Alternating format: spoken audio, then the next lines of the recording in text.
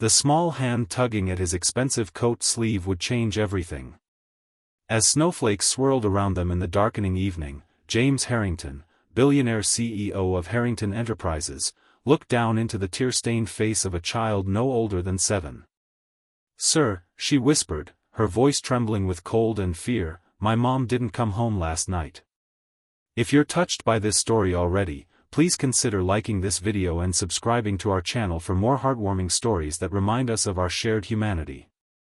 James Harrington had everything a man could want, at least that's what the business magazines claimed. At 42, he commanded a corporate empire worth billions, lived in a penthouse overlooking the city, and had his name emblazoned across the skyline on the gleaming Harrington Tower. What those magazines failed to mention was the emptiness that followed him from his corner office to his immaculate home each night. December 23rd was supposed to be like any other day. James had stayed late at the office, reviewing quarterly projections while his employees rushed home to their families for Christmas. The holiday season meant nothing to him anymore, not since Sarah and Emma had been taken from him in that accident 5 years ago. His wife and daughter had been his world, and when they died, that world collapsed. All that remained was the company, the endless meetings, and the hollow echo of success. The snow had started falling heavily by the time he left the building. The security guard wished him a Merry Christmas, which James acknowledged with a curt nod. He pulled his cashmere coat tighter as he stepped into the bitter cold, heading toward the parking garage where his driver waited. That's when he felt it, the small tug at his sleeve. Looking down, he saw a little girl with tangled brown hair peeking out from beneath a worn knit hat. Her coat was too thin for the weather, her mittens mismatched, and her boots scuffed. But it was her eyes that stopped him, cold, wide, frightened, and somehow familiar. "Sir," she said, her voice barely audible above the wind, "my mom didn't come home last night." James stared at her, momentarily frozen. Something about her reminded him painfully of Emma. "Where do you live?" he asked, his business instincts automatically taking over, assessing the situation. "Over there," she pointed toward a neighborhood beyond the commercial district, an area James knew was struggling economically. "My name is Lily. My mom works cleaning offices. She always comes home, but yesterday she didn't." James glanced at his watch. His driver was waiting, and he had a conference call with Tokyo in an hour. This wasn't his problem.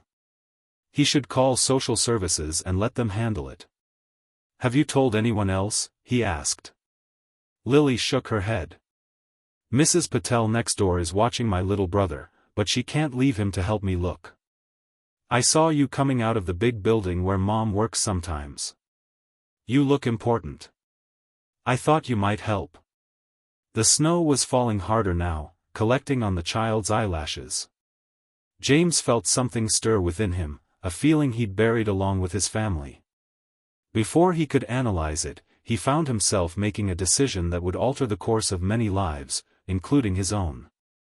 "Wait here," he said, then walked briskly to his waiting car. "Robert," he addressed his driver, "I need to attend to something. I'll call you when I need you." Robert looked surprised but nodded respectfully. "Of course, sir." James returned to the little girl, who stood exactly where he'd left her, snowflakes gathering on her shoulders. "All right, Lily. Let's find your mother." The neighborhood where Lily lived was a stark contrast to the gleaming corporate district. Apartment buildings with peeling paint stood shoulder to shoulder, Christmas lights hanging in windows providing the only cheerful touch to the otherwise dreary street. "That's our building," Lily pointed to a brick structure with a faded green awning. "Apartment 3B. As they climbed the stairs, James noticed the worn carpet, the flickering hallway light, and the faint smell of cooking from behind various doors. This was a world he'd forgotten existed, the world of ordinary people struggling to make ends meet, the very people who cleaned his offices and served his coffee. Mrs. Patel opened the door before they could knock, a toddler balanced on her hip. Her eyes widened at the sight of James in his expensive coat. "Lily. I was worried sick. Who is this man?" "He's helping me find Mom," Lily explained, stepping inside. James followed awkwardly, feeling out of place among the modest furnishings. The apartment was small but meticulously clean. Photos lined the walls, Lily and a younger boy with a woman whose smile lit up her entire face. Elena Martinez, James would later learn, was a single mother who worked 3 jobs to support her children after their father abandoned them 2 years ago. Mrs. Patel explained that Elena cleaned offices at night, including occasionally at Harrington Tower, then worked mornings at a bakery and weekends at a laundromat. She never missed coming home to her children. "I called the police," Mrs. Patel said, "but they said she hasn't been missing long enough to investigate. With the snowstorm, they're overwhelmed with emergencies." James felt a surge of indignation. If his wife had gone missing, every resource would have been deployed immediately. But for a cleaning woman? The system had different priorities. "Where does she usually work?" James asked, pulling out his phone. Lily brought him her mother's schedule, carefully written in neat handwriting on a calendar hanging in the kitchen. Last night, Elena had been scheduled to clean at Meridian Financial, a rival company to Harrington's. James made a call to his head of security, a former police detective named Frank. "I need information on a missing person." Elena Martinez, works for CleanRight Services, was scheduled at Meridian Financial last night. While they waited for Frank to call back, James sat awkwardly on the worn sofa. Lily's little brother, Miguel, had overcome his initial shyness and was now showing James his collection of toy cars. "This one's like yours," the 4-year-old said, holding up a black sedan. "How do you know what car I have?" James asked, surprised. "Mom showed us your picture in a magazine. She said you're a good boss because you make sure the cleaning people get home safe when it snows." James felt a pang of guilt. He had indeed implemented a car service for late-night staff during inclement weather, but he'd done it as a liability precaution, not out of genuine concern. Yet Elena had painted him as some kind of hero to her children. His phone rang. Frank had news. Elena Martinez clocked in at Meridian at 11 p.m. but never clocked out. Security footage shows her entering the building but not leaving. The building manager says all cleaning staff left by 2 a.m. when the storm worsened, but he can't confirm he saw Elena specifically. James felt a chill that had nothing to do with the weather. What about hospitals? Accident reports? Nothing. But here's something interesting. Meridian's west stairwell was under repair yesterday. Restricted access. And Elena was assigned to clean the executive floor, which would require using that stairwell to access the service elevator. James stood up, his mind racing. "Frank, I need you to contact Meridian's security office. Tell them who I am and that I'm coming over. And send Robert with the SUV to this address immediately." He turned to Mrs. Patel. "Can you watch the children a bit longer?" "Of course, but—" "I'm coming too," Lily interrupted, her small face set with determination. "She's my mom." James started to refuse, then saw the look in her eyes, the same determination he saw in the mirror every day. "All right, but you stay close to me." Meridian Financial's headquarters was a glass and steel structure similar to his own, though not quite as impressive, a fact that usually gave James satisfaction. Tonight, it just seemed meaningless. The security guard at the front desk recognized James immediately. "Mr. Harrington. We've been expecting you. Mr. Daniels, our head of security, is waiting." They were escorted to a security office where monitors displayed various parts of the building. Mr. Daniels, a balding man with a perpetual frown, greeted them with obvious discomfort. "Mr. Harrington, this is highly unusual. We've already conducted a search of the premises after receiving your call. There's no one here." "Show me the footage from last night," James demanded, his CEO voice returning. "All of it."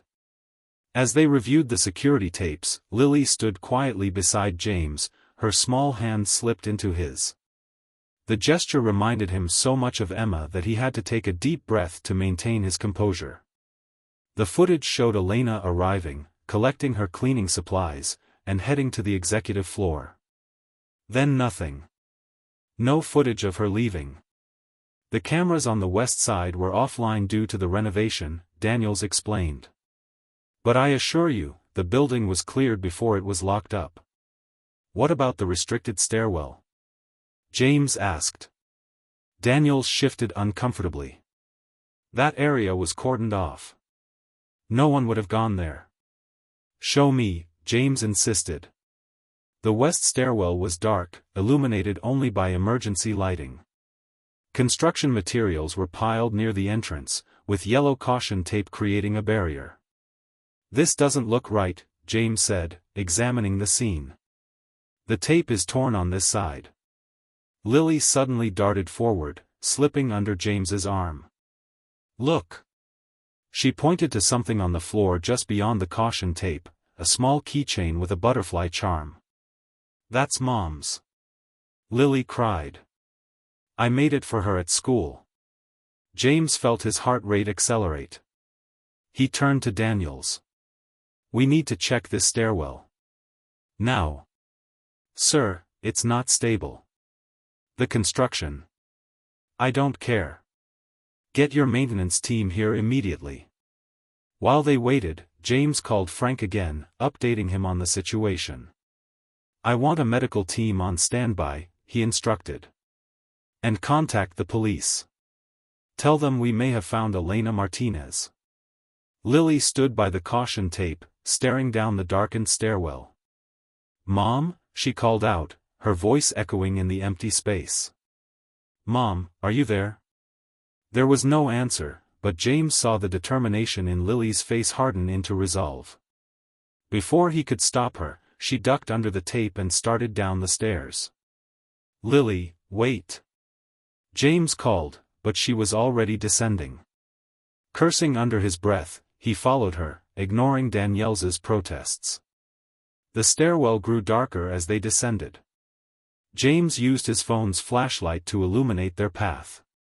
The stairs ended at a landing where construction had removed part of the floor, creating a gap too wide for an adult to jump safely. The elevator service area should be just beyond that gap, Daniels called from behind them. But there's no way across right now. James shone his light into the gap. It was about a 6-foot drop to a lower level, where he could see construction materials and tools scattered about. Mom! Lily called again, her voice breaking.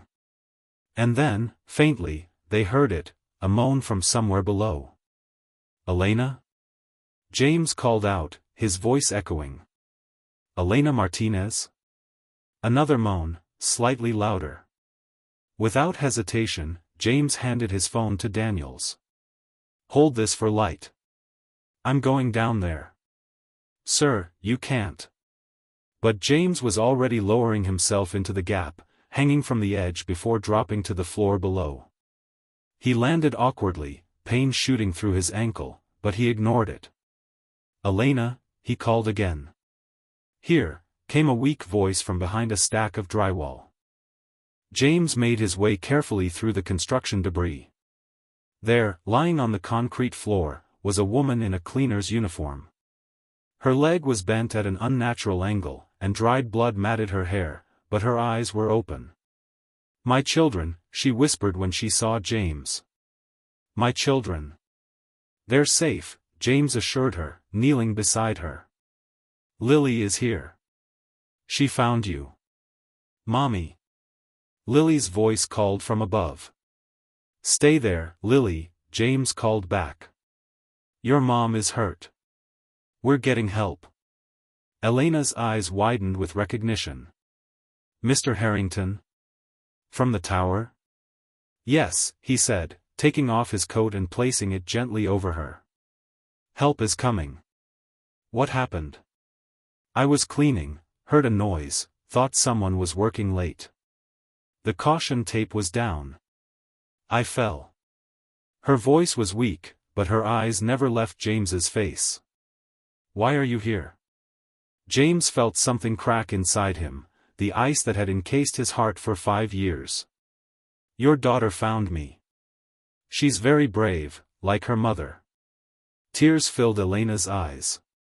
Lily, my smart girl. Within minutes, emergency personnel arrived. As they carefully extracted Elena from the construction area, James learned that she had fallen the previous night and had been trapped for nearly 24 hours with a broken leg, concussion, and the beginnings of hypothermia. The building's weekend skeleton crew had failed to check the construction area, assuming it was secured.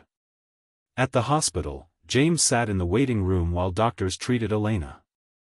Lily sat beside him, her small body finally succumbing to exhaustion as she leaned against his arm, asleep. Mrs. Patel had brought Miguel, who was curled up on James's lap, also sleeping. Frank arrived with coffee and news. The police are investigating how the safety protocols failed at Meridian. And the press got wind of your involvement, they're calling you a hero. James shook his head. I'm not the hero. Lily is. He looked down at the sleeping child and felt something he hadn't experienced in years, a sense of purpose beyond quarterly reports and profit margins. When the doctor finally emerged, his news was positive. Elena would recover fully with time. Her first request was to see her children. James carried the still sleeping Miguel while guiding a groggy Lily to their mother's room. The reunion brought tears to his eyes, tears he hadn't allowed himself to shed since burying his own family. Elena reached for his hand as the children cuddled carefully beside her on the hospital bed. How can I ever thank you? There's no need, James said. Your daughter did all the work. I just followed her lead. But you listened, Elena said softly. Not everyone would have stopped for a little girl in the snow. In the days that followed, James found himself drawn back to the hospital, then to the small apartment where Elena was recovering. He arranged for the best medical care, for meals to be delivered, for the apartment to be repaired and upgraded with better heating. But more importantly, he found himself sitting on their worn sofa, helping Lily with her homework or building block towers with Miguel. He found himself laughing, actually laughing, for the first time in years. On Christmas Eve, 1 year after that fateful snowy night, James stood in his penthouse, looking out at the city lights. But he wasn't alone. The sound of children's laughter filled the once empty space as Lily and Miguel decorated a Christmas tree. Elena, now fully recovered and working as the new head of staff services at Harrington Enterprises, stood beside him. Penny for your thoughts, she asked, her hand finding his. James smiled, watching as Lily carefully placed a star on top of the tree, the same determined expression on her face as when she'd led him through the snow to find her mother. I was just thinking about how one small hand changed everything, he said. How a little girl's courage taught a so-called powerful man what really matters.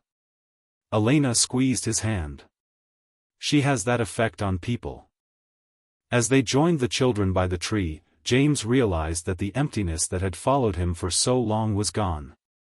In its place was something he'd never expected to find again, a family. Not a replacement for what he'd lost, but a new beginning he never knew he needed. The company was still there, still successful, but it no longer defined him. Now, success meant Lily's proud smile when she brought home a good grade, Miguel's giggles when James tossed him in the air, and the quiet moments with Elena when they shared their hopes and fears. It had taken a child's determination and a mother's courage to remind him that true wealth couldn't be measured in dollars or buildings with his name on them. It was measured in moments of connection, in acts of kindness, in the courage to follow a little girl into the snow. As our story comes to a close, remember that sometimes the most profound changes in our lives come from unexpected encounters. A small hand reaching out can lead to the greatest journey of all, the journey back to our own humanity. If this story touched your heart, please like this video and subscribe to our channel for more stories that remind us of the power of compassion and courage in a world that sometimes forgets what truly matters.